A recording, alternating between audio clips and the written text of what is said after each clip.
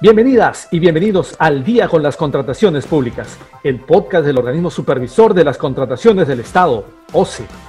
Amigas y amigos que nos sintonizan a través de la Internet, sean bienvenidas y bienvenidos a una nueva edición de su podcast Al Día con las Contrataciones Públicas, una producción del organismo supervisor de las contrataciones del Estado, OCE. En este episodio, quien les habla, Jan Velázquez, va a tener el agrado de compartir con ustedes los próximos minutos para conocer más acerca de diversos aspectos en el marco de las contrataciones públicas. En esta oportunidad, vamos a dialogar sobre la suscripción de contratos con el Estado. Y para ello nos acompaña Jovan Mendoza Gamboa, responsable de la oficina desconcentrada del OCE en Cusco. Estimado Jovan, muchas gracias por estar aquí con nosotros. Buenas tardes, Jan. Muchas gracias por la invitación. Para mí es un gusto poder difundir a través de esta plataforma virtual información relevante sobre las contrataciones públicas, ¿no? Tanto a las entidades como a los proveedores, por ser estos los actores principales en este régimen general de contratación. Así es, Jovan. Bien, para comenzar, ¿cuáles son las características particulares de los contratos con el Estado? Bien, para poder responder esa pregunta, considero es importante saber qué es lo que establece la Constitución Política del Perú, ya que la Constitución Política, en el artículo 76, nos precisa que las obras y la adquisición de suministros con utilización de fondos o recursos públicos se ejecutan obligatoriamente por contrata y licitación pública, ¿no? Adicionalmente, precisa que la ley establece el procedimiento, las excepciones y las respectivas responsabilidades. Una de las principales características, entonces, es la participación directa de las entidades del Estado de manera conjunta con el sector privado. Me refiero a los proveedores del Estado, llámese personas jurídicas, naturales, sean estas nacionales o extranjeras, para contratar bienes, servicios u obras. Adicionalmente, recordemos que la intervención de las entidades con sus relaciones contractuales tiene un alto impacto en el desarrollo y economía de nuestro país, pues es a través de ello que se busca satisfacer justamente las necesidades de la población, ¿no? Y con ello además se dinamiza el tráfico comercial y se genera empleo. Muy bien. Ahora, Jovan, explícanos, ¿cuáles son los plazos para que se consideran, mejor dicho, en este tipo de contratos? Muy bien, aquí permíteme aclarar los plazos recogidos por la normativa de contrataciones del Estado para suscribir el contrato, así como la obligatoriedad de registrarlo en el SEACE. Recordemos que el reglamento de la Ley de Contrataciones del Estado, en el artículo 141, nos da ese alcance justamente respecto a los plazos y procedimiento para el perfeccionamiento del contrato, ¿no? ¿Y qué nos indica? Que dentro de los 8 días hábiles siguientes al registro en el SEACE del consentimiento de la buena pro o de que ésta haya quedado administrativamente firme, el postor ganador de la buena pro, ¿qué es lo que hace? Presenta los requisitos para perfeccionar ese contrato. ¿En qué plazo? En un plazo que no pueda ser a los 2 días hábiles siguientes de presentados los documentos, la entidad suscribe el contrato o notifica la orden de compra de servicio según corresponda, ¿no? U otorga un plazo adicional para subsanar los requisitos, el que no puede exceder de 4 días hábiles contados desde el día siguiente de la notificación de la entidad. Y a los 2 días hábiles, como máximo de subsanadas las observaciones, se suscribe el contrato. Entonces, aquí tenemos que aclarar que si el postor adjudicado omite presentar un documento, la entidad está en la obligación de permitirle la subsanación. Asimismo, este artículo precisa que cuando la entidad no cumple con perfeccionar el contrato, ¿no? Dentro de los plazos que hemos señalado, el postor ganador de la buena pro, ¿qué debe hacer? Puede requerirle para ello a la entidad, ¿no? Y le otorga un plazo de 5 días hábiles.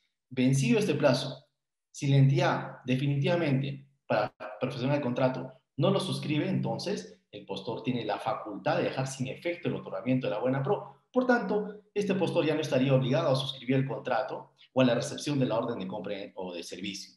Pero recuerden que en este supuesto, pues la entidad no va a poder convocar el mismo objeto contractual en el mismo ejercicio fiscal en el que realizó la citada convocatoria y además es bajo responsabilidad. Y segundo, respecto a los plazos que tienen las entidades para publicar estos contratos en el SEACE, recuerden que la directiva número 3 del 2020 ha establecido que es el órgano encargado de las contrataciones el responsable de efectuar el registro de información en el SEACE de los contratos y de las órdenes de compra o de servicio, así como la información referida a su ejecución en el plazo no mayor de 10 días hábiles siguientes a su perfeccionamiento, ¿no? Muy interesante, Giovanni. Dinos, ¿qué requisitos tienen los contratos suscritos en el marco de la Ley de Contrataciones con el Estado? Bien, esa es otra pregunta muy interesante, ¿no? Porque ciertamente el reglamento ahí nos precisa de que para perfeccionar el contrato, el postor ganador de la Buena Pro debe presentar, además de los documentos previstos en los procedimientos de selección, los siguientes documentos. Por ejemplo, las garantías, salvo casos de excepción, el contrato de consorcio, de ser el caso, el código de cuenta interbancaria también es necesario para la suscripción del contrato, el documento que acredite que cuenta con facultades para perfeccionar el contrato cuando corresponda, así como también los documentos que acrediten el requisito de calificación referidos a la capacidad técnica y profesional en el caso de obras y consultorías de obras. Entonces, estos son los requisitos que debe presentar el postor adjudicado. En caso, como dijimos, no lo presente dentro del plazo establecido, que son los 8 días, dentro de los 2 siguientes días, la entidad tiene la posibilidad de observar y permitirle la subsanación, y para eso lo tengo un plazo de 4 días hábiles. Giovanni, seguro nuestros oyentes querrán saber qué obligaciones se asumen al firmar este tipo de contratos. Muy bien, ya. Es importante justamente recordar a las entidades, a los proveedores que se presentan justamente en estas contrataciones con el Estado, que el reglamento ha sido bien claro en establecer que una vez que la Buena Pro ha quedado consentida o administrativamente firme, tanto la entidad como los postores ganadores están obligados a contratar, ¿no? Entonces, ¿qué más nos precisa el reglamento? Que la entidad no puede negarse a suscribir el contrato, salvo existan algunas razones que le impidan poderlo suscribir, como por ejemplo un recorte presupuestal, ¿no? Que corresponda al objeto de la materia del procedimiento de selección, por una norma expresa o porque quizás desaparece la necesidad, pero tiene que estar pues debidamente sustentada, debidamente acreditada. Ahora, si hay una negativa a hacerlo, ¿no? O sea, a suscribir ese contrato basada en otros motivos no establecidos en el reglamento, entonces, ¿qué va a generar? Una responsabilidad funcional en el titular de la entidad. Y también, pues, en el servidor al que se le hubiese delegado esta facultad para personar el contrato, ¿no? Entonces, esta situación implica la imposibilidad de convocar el mismo objeto contractual durante el ejercicio presupuestal, salvo que, como dice el reglamento, que la causal sea la falta de presupuesto. Solamente en ese caso podría volver a convocar. Adicionalmente, se precisa también en el reglamento, en caso que el postor, los postores, ganadores de la Buena Pro, se nieguen a suscribir el contrato, pues son pasibles de una sanción administrativa, salvo exista alguna imposibilidad física o jurídica, ¿no? Que tengan, obviamente, que sustentar también este postor adjudicado y que pues sea sobrevenida el otorgamiento de la Buena Pro y que no le sea atribuible, pero ello lo tiene que declarar el Tribunal de Contrataciones del Estado. Entonces, esa información, estos alcances nos precisa el artículo 136 del Reglamento de la Ley de Contrataciones del Estado. Finalmente, Giovanni, ¿qué responsabilidades se generan para los contratistas? Bien, respecto a las responsabilidades ya por parte de los contratistas, o en este caso el postor adjudicado, recordemos que la Ley de Contrataciones del Estado, dentro de las infracciones y sanciones administrativas, ¿no? Se ha precisado en el artículo 50 cuáles son estas. Y referido a la pregunta, pues entiendo que estaría enmarcado en el literal B del artículo 50, cuando nos precisa que incumplir injustificadamente con su obligación de perfeccionar el contrato o de formalizar acuerdos marco, ¿cuál es la sanción que se podría aplicar a este postor?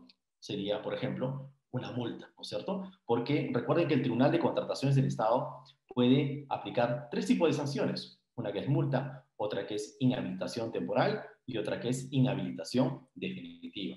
Entonces, Para el caso en concreto en el cual el postor adjudicado no suscriba el contrato, se le aplicará una multa y esta pues es la obligación pecuniaria generada para el infractor de pagar en favor del organismo supervisor de las contrataciones del Estado un monto económico no menor de 5% ni mayor al 15% de la oferta económica o del contrato, según corresponda, el cual no puede ser inferior a una UIT.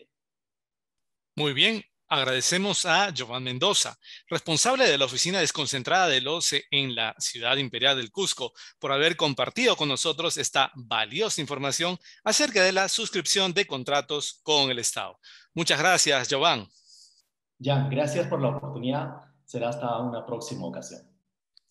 Bien, amigas y amigos. Antes de despedirnos, les recomendamos que puedan seguirnos a través de las cuentas oficiales del OCE en redes sociales, como Facebook, Twitter, LinkedIn e Instagram. De igual manera, pueden encontrar nuestro podcast y todos sus episodios en YouTube y Spotify. Además, les recomendamos también suscribirse al boletín de noticias del OCE, mediante el cual podrán recibir contenido actualizado sobre las contrataciones públicas. Esto ha sido todo por hoy. Esperamos que este episodio de Al Día con las Contrataciones Públicas haya sido de su agrado y sobre todo que la información proporcionada contribuya a lograr contrataciones públicas más transparentes y eficientes en beneficio de todas y todos. Nos encontramos la próxima semana. Hasta entonces. Bicentenario del Perú, 2021. Gobierno del Perú.